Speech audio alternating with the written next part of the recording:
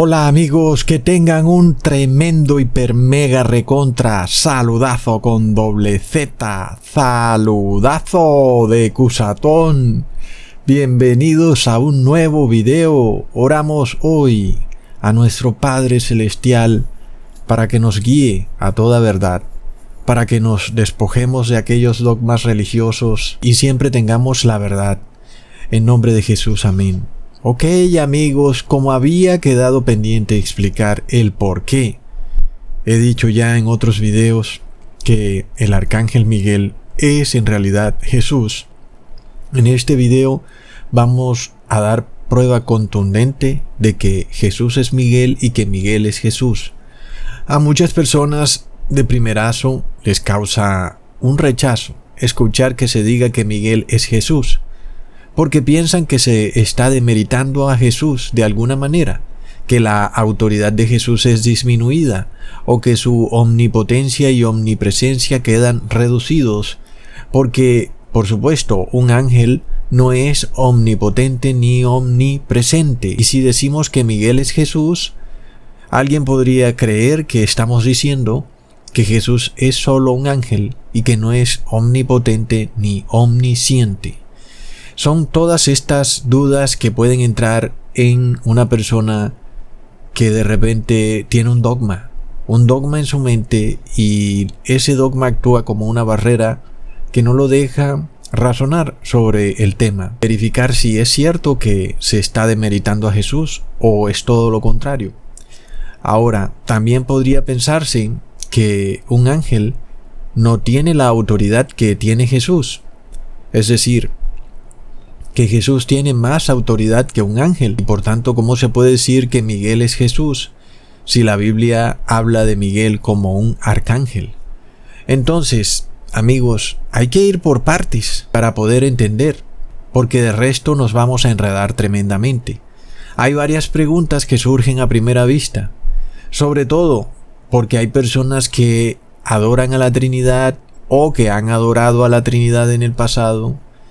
Y el que adora a la Trinidad o tiene vestigios de lo que significa la adoración trinitaria, tienen este concepto que no es culpa de ellos, sino que fue inducido en su mente, de creer que hay un único Dios que se manifiesta en tres personas. Y por supuesto, si eso es así, y si Jesús es ese mismo Dios que se manifiesta en tres personas, no tiene entonces sentido que Jesús sea visto como un arcángel, ni tampoco como cordero o como león, ¿verdad? Sin embargo, lo mismo podríamos pensar cuando a Jesús se le llama cordero o león de la tribu de Judá. Pero bueno, dejemos eso a un lado. Sabemos que Jesús es Dios, porque es hijo de Dios. Sabemos que la Trinidad no es bíblica. Sabemos que en el cielo están el Padre y el Hijo, pero sabemos que Jesús no es el mismo Padre. Sin embargo, Jesús es omnipotente y omnipresente. Todo lo puede, todo lo sabe. Sin embargo, entendemos que hay una guerra entre el bien y el mal que se desató de repente cuando Lucifer decidió rebelarse contra el gobierno de Dios. Es una guerra entre la mentira y la verdad. Y en esta guerra, Jesús juega un papel activo y predominante. Jesús es Jehová de los ejércitos, y el Padre también es Jehová de los ejércitos. Él está sentado en el trono. Así que cuando se dice que Jesús está sentado a la mano derecha del Padre, no quiere decir que Jesús esté literalmente sentado a la mano derecha del Padre, sino que Jesús es esa fuerza activa. Por lo que vamos a ir mirando el papel que ha jugado y aún juega Jesús en esta obra, en esta guerra, en esta lucha para salvar al ser humano. Jesús no está ni ha estado así como que sentadito por allá, alejado de todo, como es el concepto que podría tener un trinitario, un Dios que está muy lejos. Sin embargo, la Biblia nos muestra que Jesús ha estado tan cerca, inclusive luchando por nosotros, ejerciendo un papel activo. Por supuesto, No se puede decir que el Padre entonces está desentendido de la labor de salvación. A pesar de que Él está sentado en el trono, recordemos que el Padre es uno con Jesús. Donde esté Jesús, ahí está el Padre. Así que ambos juegan un papel crucial para salvarnos. Por lo que, amigos, en esta lucha entre el bien y el mal, tenemos que entender que esto no es simplemente un concepto etéreo, sino que hay una lucha real y activa que se da en todo momento y que es una lucha espiritual, es una lucha dinámica en continua labor para salvar al ser humano de la desgracia eterna. Por lo que, amigos, el primer versículo que nos llama la atención cuando miramos este tema de Miguel y Jesús es cuando leemos en Apocalipsis 12, versículo 7. Después hubo una gran batalla en el cielo. Miguel y sus ángeles luchaban contra el dragón, y luchaban el dragón y sus ángeles, pero no prevalecieron ni se halló ya lugar para ellos en el cielo. Aquí se nos muestra un paralelismo claro. El demonio tiene ángeles, pero Miguel también tiene ángeles. Miguel lucha contra el demonio y los ángeles buenos luchan contra los ángeles malos. Es una lucha activa, es una guerra. La pregunta es, ¿quién ganará esta guerra? La Biblia nos declara que el demonio era un ser con una tremenda sabiduría, que inclusive después del Padre y Jesús, en inteligencia y sabiduría seguía el demonio. Leamos en Isaías capítulo 14, versículo 13 al 14. Tú que decías en tu corazón, subiré al cielo en lo alto, junto a las estrellas de Dios, levantaré mi trono, y en el monte del testimonio me sentaré, a los lados del norte, sobre las alturas de las nubes subiré, y seré semejante al Altísimo. Así de sabio y de inteligente era Satanás o Lucifer, que un día decidió derrocar al Altísimo y ser como él. Es decir, así de fuerte y poderoso era el demonio, o es, amigos, inclusive teniendo más sabiduría que todo el resto de ángeles del cielo.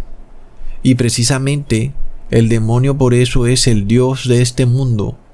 No se puede negar ni desconocer el poder que tiene este ser maligno y que está en este mundo. No está en una dimensión paralela ni está debajo de la tierra. Está aquí en la tierra. ¿Qué ser humano puede vencerlo? La respuesta es ninguno. ¿Qué ángel puede vencer al demonio, amigos? La respuesta es que ninguno puede vencerlo. De hecho, los seres humanos estamos todos prisioneros. Nuestro destino es la muerte, o era la muerte. Lucifer o Satanás es el dios de la muerte. La muerte es su imperio. Y en esta guerra Dios debe respetar ese derecho que Satanás ganó cuando convenció a Eva y a Adán de desobedecer a Dios. Y esa pequeña victoria, una victoria chiquitica, fue suficiente para esclavizar a toda la raza humana. Adán y Eva desobedecieron y así todo ser humano que naciera también estaba subyugado a la muerte y por tanto al demonio. Es decir, amigos, que el demonio tiene un poder sobre este mundo y ese poder es la muerte. Ningún ser humano puede vencer eso. Nadie puede. Todos tenemos el yugo de la muerte. Nadie puede venir a decir, sí, yo no voy a morir. No, todo ser humano muere. Así que, amigos, ahí vemos el poder del demonio. Es que él es el dios de la muerte. Por otro lado, entonces, para poder liberar a la raza humana del imperio de la muerte, se requería del sacrificio o muerte de un ser 100% puro y santo, sin tacha alguna, como víctima o como propiciación por los pecados del mundo. Es decir, que un hombre pecador no puede expiar los pecados de otro hombre pecador, como pretende enseñarnos la Iglesia Católica, se necesita, según la ley, que sea un hombre santo, el que, por su muerte, expíe los pecados de un hombre pecador. ¿Por qué? Porque así lo dice la ley. Leamos en Levítico capítulo 22, versículo 19. Para que sea aceptado, ofreceréis macho sin defecto de entre el ganado vacuno, de entre los corderos o de entre las cabras.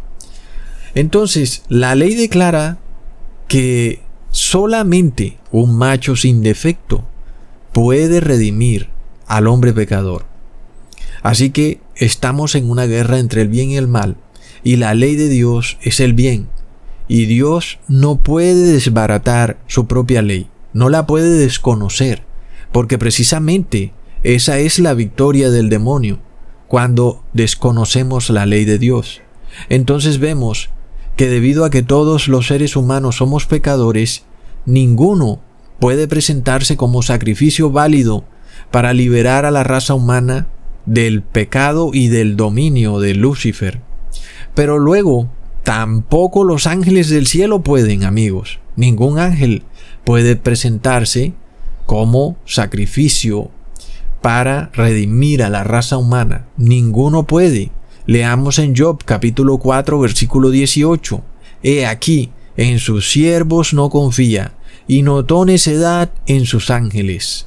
La frase que dice, en sus siervos no confía, o notó necedad en sus ángeles, se refiere, amigos, a que ningún ángel hubiera podido ser capaz de venir acá a la tierra, vestirse de carne humana pecadora, y aún no pecar, es decir, derrotar al demonio, tal y como lo hizo Jesús. Ningún ángel hubiera podido, cuando ese ángel hubiera tenido que someterse a las penurias que vivió Jesús, a ser tentado en el desierto, inclusive a ser golpeado, escupido y luego martirizado en un madero.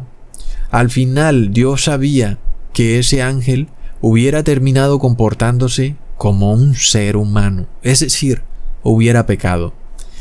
Por lo que, amigos, Dios sabía, y Jesús también, que ningún ángel hubiera podido vencer semejante prueba. Al final hubiera flaqueado, tal vez hubiera insultado a alguien después de haber sido golpeado, y finalmente ese ángel habría violado la ley de Dios, y entonces otro ser, otra alma estaría perdida para la eternidad. No solo ahora nosotros estaríamos presos por el demonio, sin posibilidad de ser liberados, sino que también ese ángel que hubiera venido acá a la tierra a vestirse de carne pecadora. Porque, amigos, el demonio declara que es imposible guardar la ley de Dios, y ese es su caballito de batalla, y él usa toda tentación y engaño en este mundo del que él pueda echar mano para inducir al individuo a creer que en algunos casos hay que violar la ley de Dios para poder salir adelante en esta vida. Y ese es el meollo del asunto, esa es la lucha espiritual. El demonio te dice o te susurra que el Padre entenderá, que puedes pecar, dale tranquilo, que es un pecado pequeñito, no hay problema, es demasiado pequeño ese pecado, Dios no lo tendrá en cuenta, es una bobada, vamos adelante. Y, amigos, fue lo que le pasó a Adán y Eva. Sin embargo, cuando miramos la vida de Jesús, vemos que Jesús no cometió ningún pecado, ni siquiera pequeñito. Y cuando el demonio le dijo, si eres el Hijo de Dios, di a estas piedras que se conviertan en pan, vemos que Jesús no sucumbió ante esa tentación. Tenía mucha hambre, ¿qué de malo tenía simplemente comer? Es decir, ¿es pecado comer? Pero el problema era ese, que el demonio estaba tentando a Jesús, y si Jesús convertía esa piedra en pan, hubiera quedado demostrado que nadie podía guardar la ley de Dios, salvo que se usaran poderes especiales. Es decir, que el demonio hubiera probado que solo Jesús y el Padre, por su poder, podían guardar la ley de Dios, pero que de resto ningún ser que ha sido creado puede guardar la ley de Dios. Y ese es el meollo del asunto. Entonces, si Jesús hubiera hecho algo para él salvarse, utilizando su poder, Jesús no se habría comportado como un simple ser humano. Y entonces habría dado prueba de que es cierto lo que el demonio decía, y que nadie puede guardar la ley de Dios. Sin embargo, gracias a Dios, Jesús probó que sí pudo guardar la ley de Dios sin usar su poder, sino que actuó como un ser humano normal y lo logró. Venció al demonio y probó que sí es posible.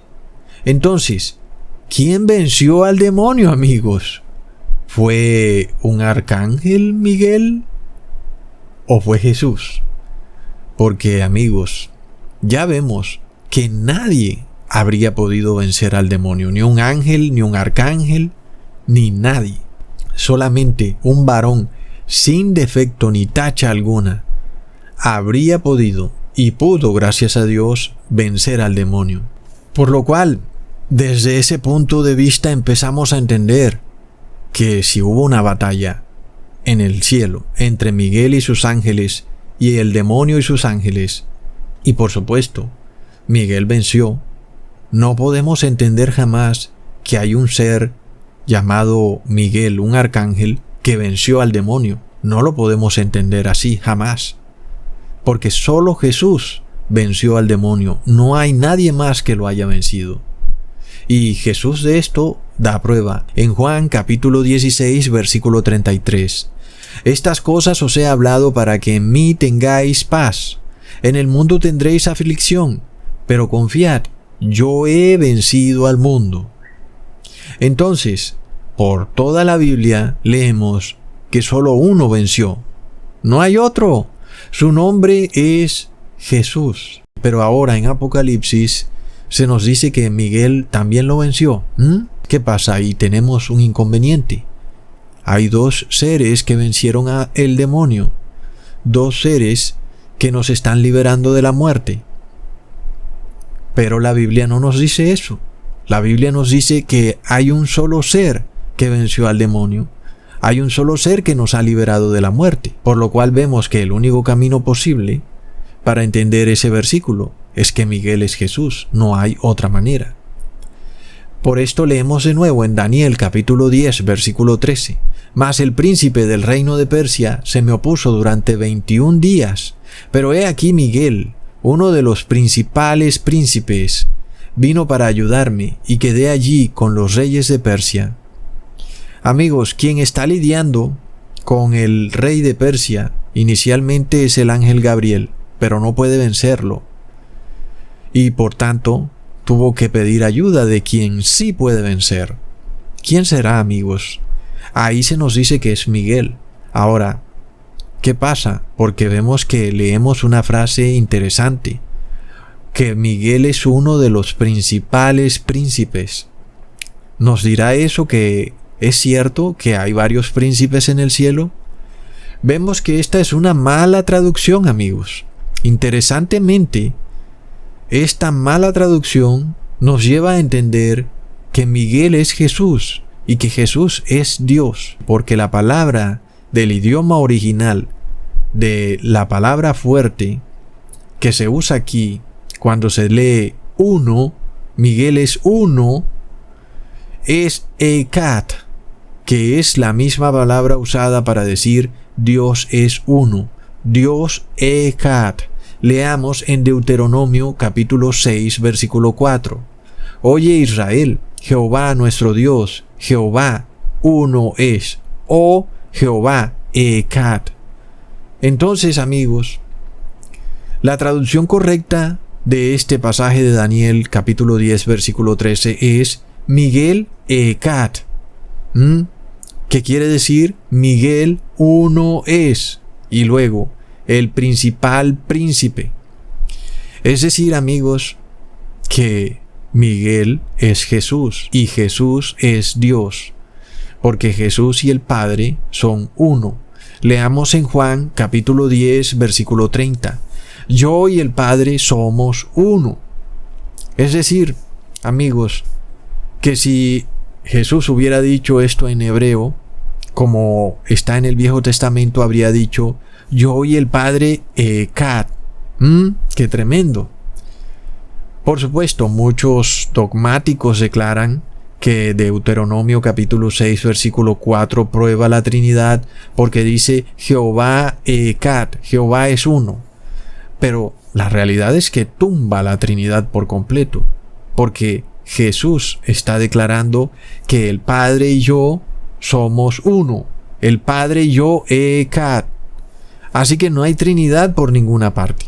Y cuando se dice que Miguel Echad, se nos está demostrando que Miguel es Jesús y que Miguel es uno con el Padre. Es decir, el Padre y Miguel son uno. Y este es un concepto importante porque alguien podría ir lejos en este tema y pensar: sí, Ecusatón, resulta que Jesús venció al demonio, Jesús es la fuerza activa. ¿Y el Padre dónde quedó entonces? El Padre está rezagado. Alguien podría pensar que el Padre no es tan importante. Pero vemos que Jesús ya declaró: el Padre y yo somos uno. Y también se declara de Miguel: Miguel Echad. Miguel es uno. Miguel es Dios. Y Dios es uno. Y Jesús y el Padre son uno. Así que no hay Trinidad por ningún lado. Y vemos que Miguel es el mismo Jesús, que es el mismo Dios. Ahora, amigos, tenemos que entender de qué se trata todo, porque no podemos simplemente enfocarnos en Jesús, porque vemos que hablamos del Padre y el Hijo. Alguien podría decir que Jesús terminaría resultando más poderoso que el Padre, pero vemos que no es así, por lo que el Padre también venció al demonio. ¿Por qué? Porque el Padre y el Hijo son uno, son Echad. Tenemos que entender que Miguel es Jesús y Jesús es Dios. Miguel es Jehová de los ejércitos. Leamos en Daniel capítulo 10 versículo 20. Él me dijo: ¿sabes por qué he venido a ti? Pues ahora tengo que volver para pelear contra el príncipe de Persia. Y al terminar con él, el príncipe de Grecia vendrá. Pero yo te declararé lo que está escrito en el libro de la verdad, y ninguno me ayuda contra ellos, sino Miguel, vuestro príncipe. Así que ya vemos que la traducción era incorrecta. No hay varios príncipes. Hay un solo príncipe. Se llama Miguel o Jesús. Aquí vemos, amigos, que el único que puede ayudar al ángel Gabriel es Miguel. No hay ninguno más. Si nosotros vemos un ejército humano, muchas veces el capitán resulta ser superior al comandante o inclusive al presidente de una nación. El capitán está ahí en la batalla, mientras que el comandante o el presidente está sentadito por allá en una oficina mandando a control remoto. Pero amigos, aquí vemos que ese no es el caso con Jesús. Jesús se nos presenta como el comandante. Cuando vemos este nombre Miguel con el que Jesús se muestra, nos muestra su papel activo en esta batalla entre el bien y el mal. Y no hay nadie que pueda tomar la gloria, porque esto es lo que pasa con la Iglesia Católica, que siempre anda transfiriéndole la gloria de el Padre y el Hijo a otros seres que no la tienen. Entonces endiosan a otro ser llamado Arcángel Miguel, endiosan a Gabriel, endiosan a la Virgen María, la declaran cointercesora. Y en efecto, si tú entiendes la Biblia mal y te la lees de rapidez, terminarías pensando tal vez que hay un ángel en el cielo que venció al demonio, porque de primerazo pareciera que dijera eso, que Miguel venció al demonio y también a los reyes de la tierra. Se podría pensar de primerazo que ese ángel entonces debería recibir parte de la gloria de Cristo y del Padre. Pero si tú lees la Biblia correctamente, vemos que no hay otro ser que pueda tomar esa gloria.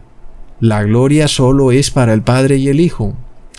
Claro que los ángeles ayudan, como los seres humanos ayudan, pero a la final nadie puede vencer al demonio. Su imperio de la muerte solo fue vencido por Jesús. Sin Jesús, nada de lo que hiciéramos tuviera sentido porque a la final muriéramos. Entonces, ¿de qué serviría todo lo que se hiciera en esta tierra cuando igual el ser humano estaría subyugado a la muerte?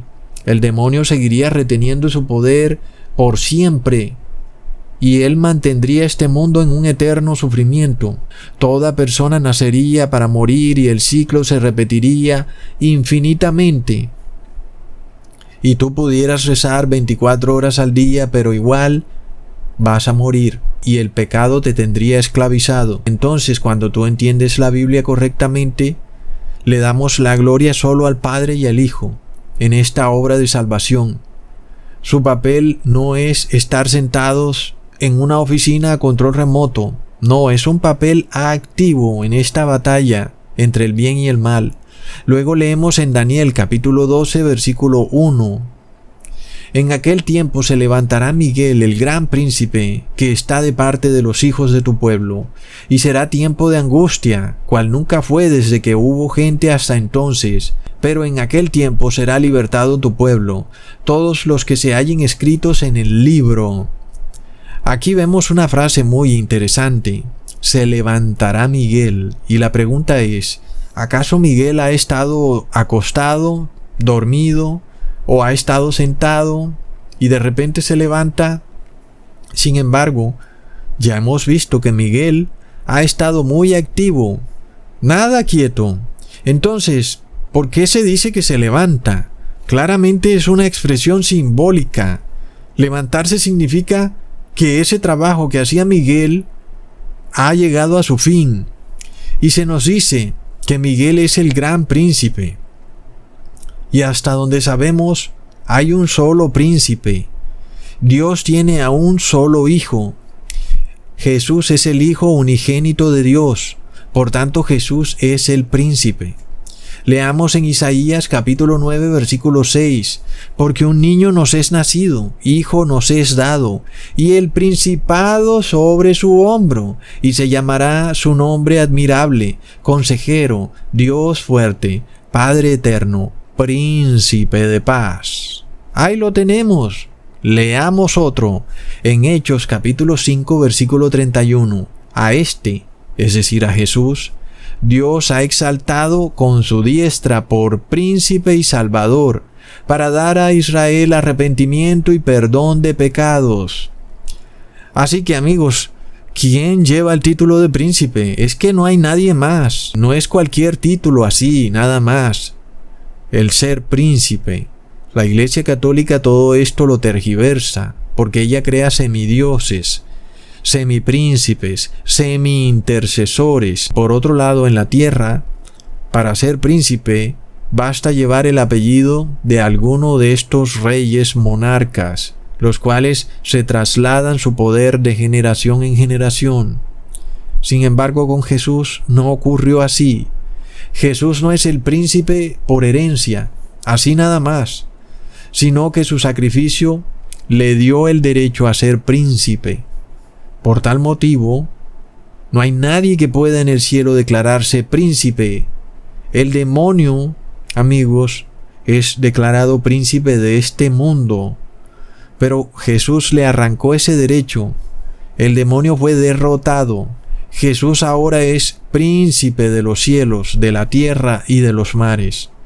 Así que ya vemos que aunque al principio parecía escandaloso decir que Miguel es Jesús, la realidad es que termina siendo escandaloso decir que Miguel es otro ser distinto a Jesús y que también es príncipe, porque resulta que estás despojando a Jesús de su derecho ganado con su propia sangre de ser el único príncipe de todo.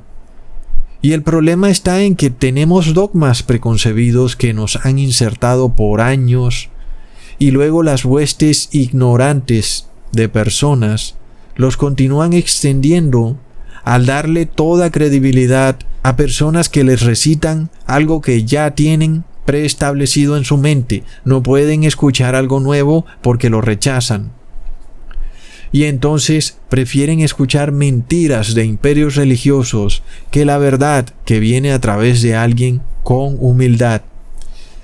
Por lo que, amigos, al principio uno piensa que es bueno cuando dicen que Jesús no puede ser Miguel. No. Al principio parecería que se le resta importancia a Jesús.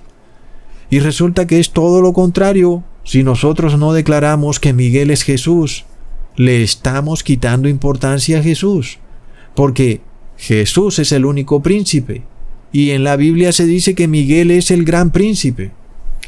Si decimos que Miguel es el gran príncipe, entonces hay varios príncipes en el cielo. ¿Qué pasaría ahí? No hay varios príncipes, amigos, hay un único y gran príncipe. Y eso se lo ha ganado Jesús con su propia sangre derramada. Así que vemos que el dogma, el fanatismo religioso hace un tremendo daño. Y es lo que ocurre con las principales religiones. Lo cierto es que mientras estos líderes religiosos tengan como único objetivo el dinerillo, nunca van a poder llegar a la verdad. Toda su doctrina, aunque a primera vista pareciera tener un halo de ser correcta, vemos que si se mira bien, tiene el veneno del demonio. Es horrendo, amigos, porque ellos te atacan y te dicen: oh, le estás restando poder a Jesús al decir que Jesús es Miguel. Y la realidad es todo lo contrario. Si no decimos que Miguel es Jesús, le estamos restando poder a Jesús. Estamos dividiendo el reino celestial. Estamos diciendo que hay varios príncipes en el cielo. Solo basta entonces detenerse un poco y dedicarse a analizar las cosas que dicen estos dogmas o estos imperios religiosos. Así que, cuando tú empiezas a declarar que, en efecto, Miguel venció al demonio, o que Miguel es otro de los grandes príncipes, ahí hay idolatría, amigos. Entonces, siguiendo, cuando Miguel se levanta, quiere decir que en la tierra termina la intercesión por el ser humano. Y ahora Miguel viene a rescatar a su iglesia. Y en este pasaje de Daniel capítulo 12 versículo 1 se nos habla de que cuando se levanta Miguel, se desata en la tierra un tiempo de angustia, el cual nunca fue desde que hubo gente en la tierra hasta entonces. Y resulta que esas son las mismas palabras que dijo Jesús. Leamos en Mateo capítulo 24 versículo 21. Porque habrá entonces gran tribulación, cual no la ha habido desde el principio del mundo hasta ahora, ni la habrá. Es decir, amigos, que está claro que las palabras que está declarando Daniel sobre Miguel tienen que ver con el fin de la intercesión de Jesús, y luego que se desatan las 7 copas de la ira de Dios. Por supuesto, pensar nosotros que un arcángel tiene poder para finalizar la intercesión y desatar la ira de Dios sería restarle a Jesús todo su poder. ¿Cómo podría ese arcángel haberse ganado ese derecho?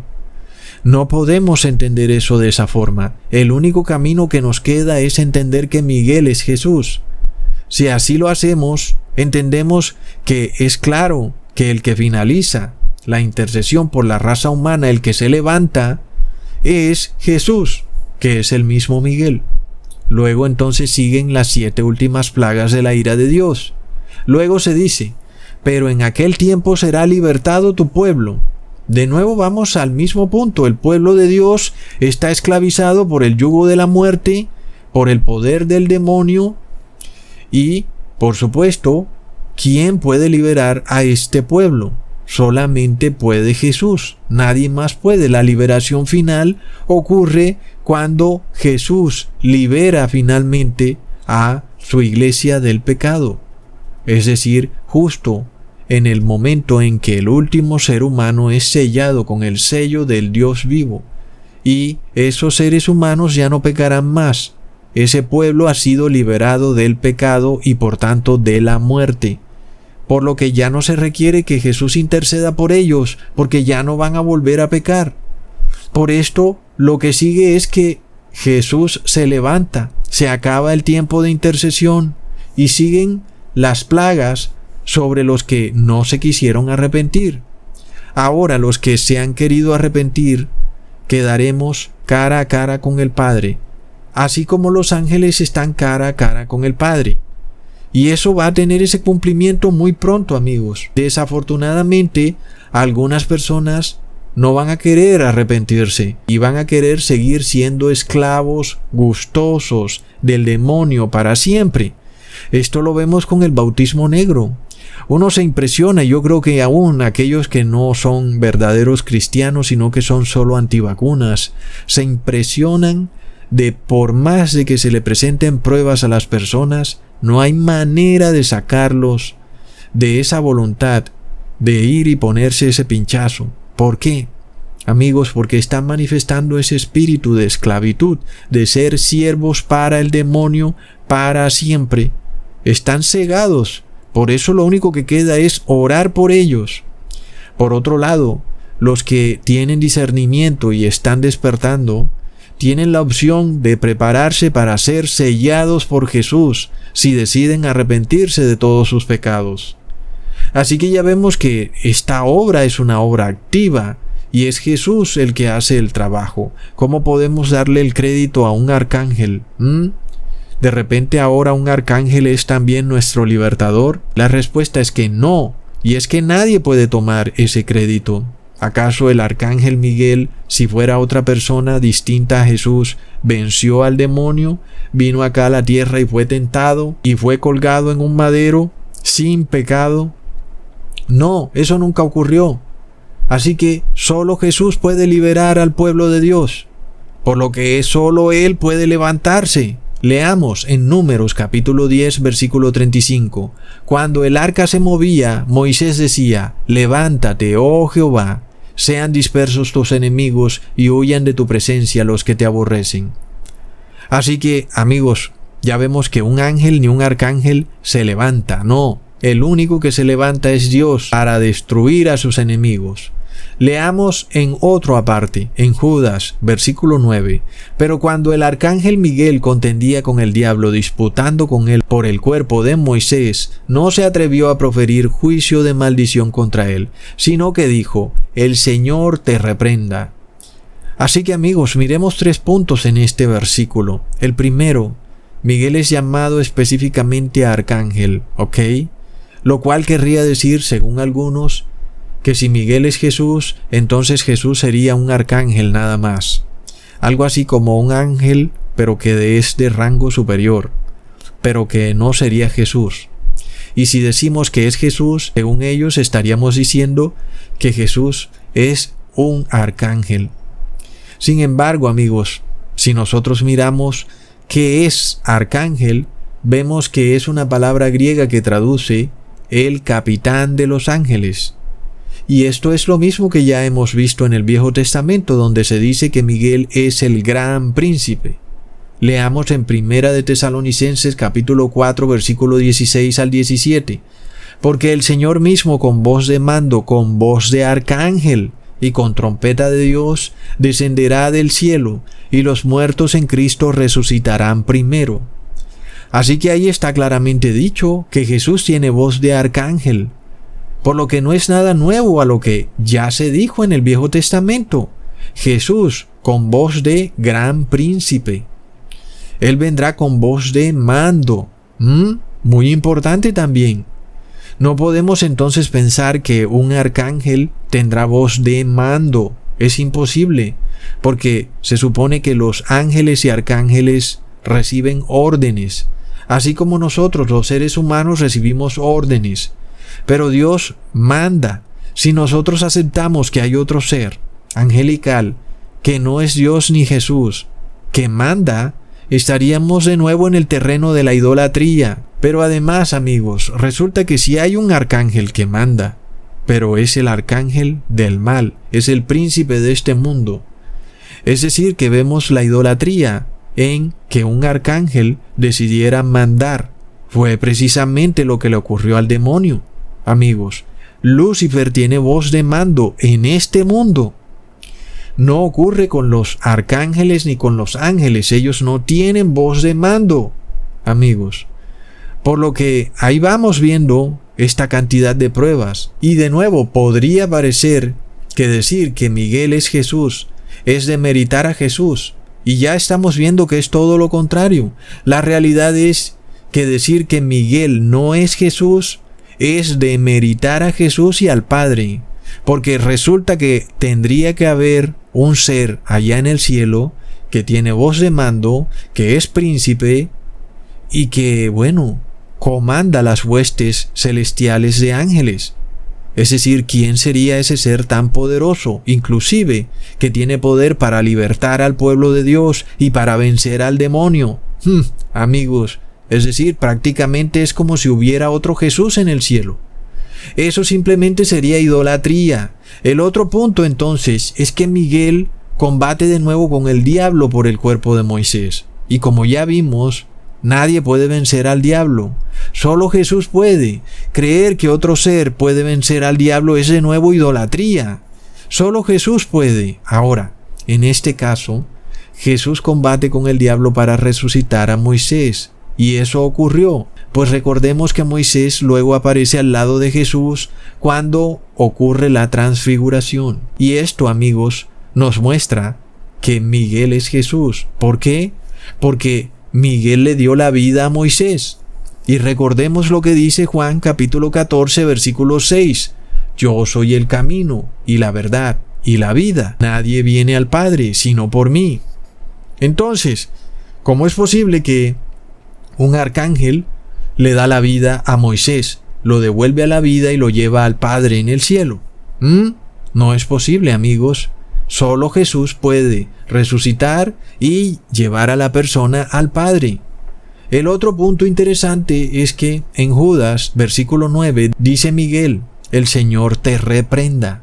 Y alguien podría decir entonces que decir que Miguel es Jesús es declarar que Jesús no tiene poder para reprender al demonio. Pero si leemos la Biblia correctamente, miramos que son las mismas palabras que Jesús usó cuando fue tentado en el desierto. Leamos en Mateo capítulo 4 versículo 10.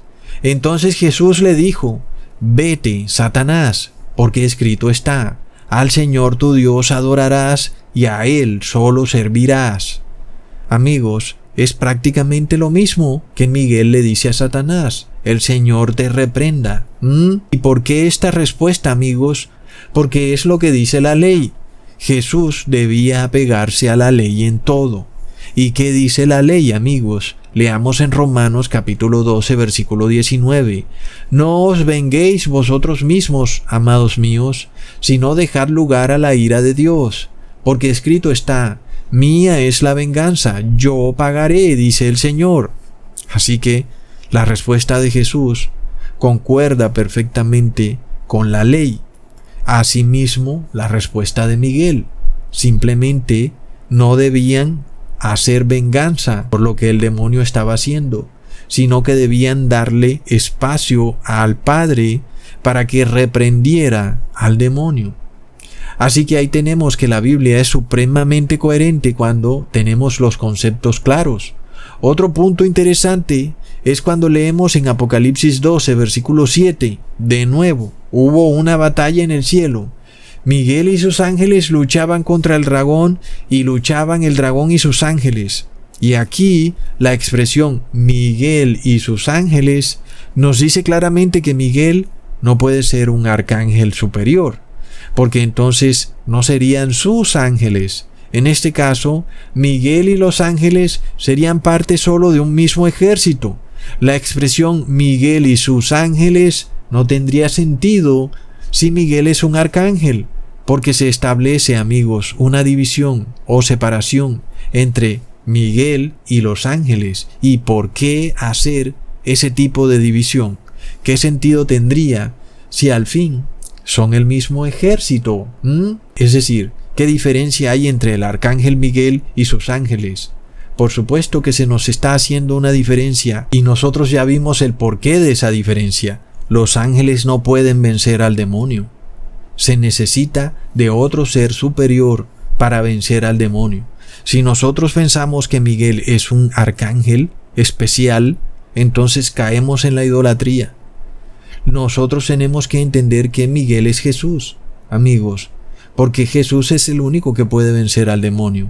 Si tú te pones a pensar, la analogía aquí se hace clara. El demonio y sus ángeles, que es el mal, y Miguel, que es Jesús y sus ángeles. Es claro, amigos. Entonces, si nosotros pensáramos que Miguel es un ser distinto a Jesús, tendríamos que aceptar que el demonio puede ser derrotado por un ser distinto a Jesús. Y si eso es posible, tendríamos que aceptar que Jesús no es el único camino a la vida, sino que hay otro ser angelical llamado Miguel, que también es el otro camino a la vida, y esa doctrina es satánica. Por otro lado, las palabras de Jesús nos dan una plena seguridad de que Miguel no es otro ser con un rango superior al de los ángeles del cielo, sino que es el mismo Jesús. Leamos en Mateo capítulo 16, versículo 27. Porque el Hijo del Hombre vendrá en la gloria de su Padre con sus ángeles. Entonces tenemos a Miguel y sus ángeles, y al Hijo del Hombre con sus ángeles. Y vemos que es lo mismo. Jesús es Miguel, viene con sus ángeles, no los ángeles del arcángel Miguel. En ese caso no habría necesidad de hacer diferenciación. No habría por qué decir Miguel y sus ángeles, si todos fueran ángeles, amigos. Ahora, leamos en Primera de Pedro capítulo 3, versículo 22. Quien habiendo subido al cielo, está a la diestra de Dios, y a él están sujetos ángeles, autoridades y potestades. ¿A quién están sujetos? A Jesús. Es el capitán del ejército de los cielos. Toda la hueste celestial está bajo sus órdenes. Jesús y sus ángeles. No hay otro que pueda tomar ese lugar. Los ángeles están sometidos a las órdenes de Jesús. Ellos no mandan, no tienen voz de mando. Es Jesús el que tiene voz de mando, amigos. Así que vemos, amigos, que es claro que Jesús es Miguel, o Miguel es Jesús, que Jesús es Dios, o Miguel es Dios, que Jesús es uno con el Padre, o Miguel es uno con el Padre. Así que, amigos, ya vemos el papel de Jesús en la obra de salvación. Es un papel activo. No es simplemente un ser sentado en una silla lejana. No, Él está a tu lado luchando por la salvación, por tu salvación, evitando que ángeles caídos cieguen tu entendimiento y te lleven a la idolatría, y entonces estés perdido para siempre. Sin embargo, ya vemos lo que hacen las religiones. Declaran que Jesús no es más que una manifestación trinitaria, algo así como un fantasma que apareció hace 2000 años, pero que, bueno, ya no lo volvimos a ver. Ahora es Miguel el que anda luchando con el demonio, un arcángel especial, y parece que él pudo vencer al demonio y ahora viene a liberarnos. Plop. Sin embargo, si tú lees la Biblia cuidadosamente, vemos que solo Jesús puede vencer, no solo al demonio, sino al pecado, y que te puede ayudar a liberarte de ese yugo para siempre. Y eso es lo que te esconden las religiones. Simplemente te esconden la puerta a la salvación, haciéndote que mires hacia otros lados para que caigas en idolatría. Qué lamentable, amigos. Vemos que cuando entendemos que Miguel es Jesús, la doctrina trinitaria colapsa, porque entendemos que Jesús no puede ser una manifestación. Cuando lo vemos con ese papel tan activo y central en la lucha por salvar al ser humano, es imposible. Jesús tiene que ser un ser separado del Padre, aunque en perfecta unión espiritual, porque vemos que está en constante lucha con las huestes de maldad. Inclusive bajó del cielo a recuperar y a resucitar a Moisés. Por lo que, amigos, miremos el daño que le hace a la salvación la doctrina trinitaria. Al final te muestra a un Dios que está muy lejano y a unos ángeles que supuestamente están tan cerca de ti que te pueden liberar del pecado. Plop, qué tremendo. La lucha de Jesús y sus ángeles contra el demonio y sus ángeles es una lucha real que le pudo haber costado a Jesús su vida eterna. Es que Jesús pudo haber fallado, y si eso hubiera pasado, hubiera quedado prisionero con el demonio al igual que nosotros. Esa lucha que se da es una lucha real y fue el todo por el todo. Jesús estuvo dispuesto a darlo todo por ti. Alguien dirá entonces que cuál es el papel de los ángeles en esta lucha. Y es el mismo que tienen los seres humanos. Y es el papel de acercar a otra persona a Jesús. Sin embargo, si no fuera por Jesús, nadie podría tener salvación, porque de nada serviría lo que hiciéramos, porque no habría manera de liberarnos de la muerte. Por más que dejáramos de pecar, a la final moriríamos. ¿Y de qué sirviera? De nada, amigos. Por esto leemos en Apocalipsis, capítulo 5, versículo 9, y cantaban un cántico nuevo, diciendo: digno eres de tomar el libro y de abrir sus sellos, porque tú fuiste inmolado, y con tu sangre nos has redimido para Dios, de todo linaje, y lengua, y pueblo, y nación. La gloria y la honra es solo para Jesús y para el Padre. Ni un arcángel, ni la Virgen María o una persona que murió puede ejercer ni el más mínimo papel en tu salvación. Solo Jesús y el Padre te pueden salvar. Jesús fue inmolado para salvarte. Por eso tenemos que entender hasta dónde llega el demonio. Él dice: oh, ¿cómo es que dices que Miguel es Jesús? Estás rebajando a Jesús. Y resulta que es todo lo contrario, amigos. Cuando tú dices que Miguel no es Jesús, estás rebajando a Jesús. Le estás quitando todo lo que ha hecho para salvarte, porque Él no está sentado en una silla lejana. Él está luchando aquí en esta tierra por tu salvación. Hasta pronto, amigos.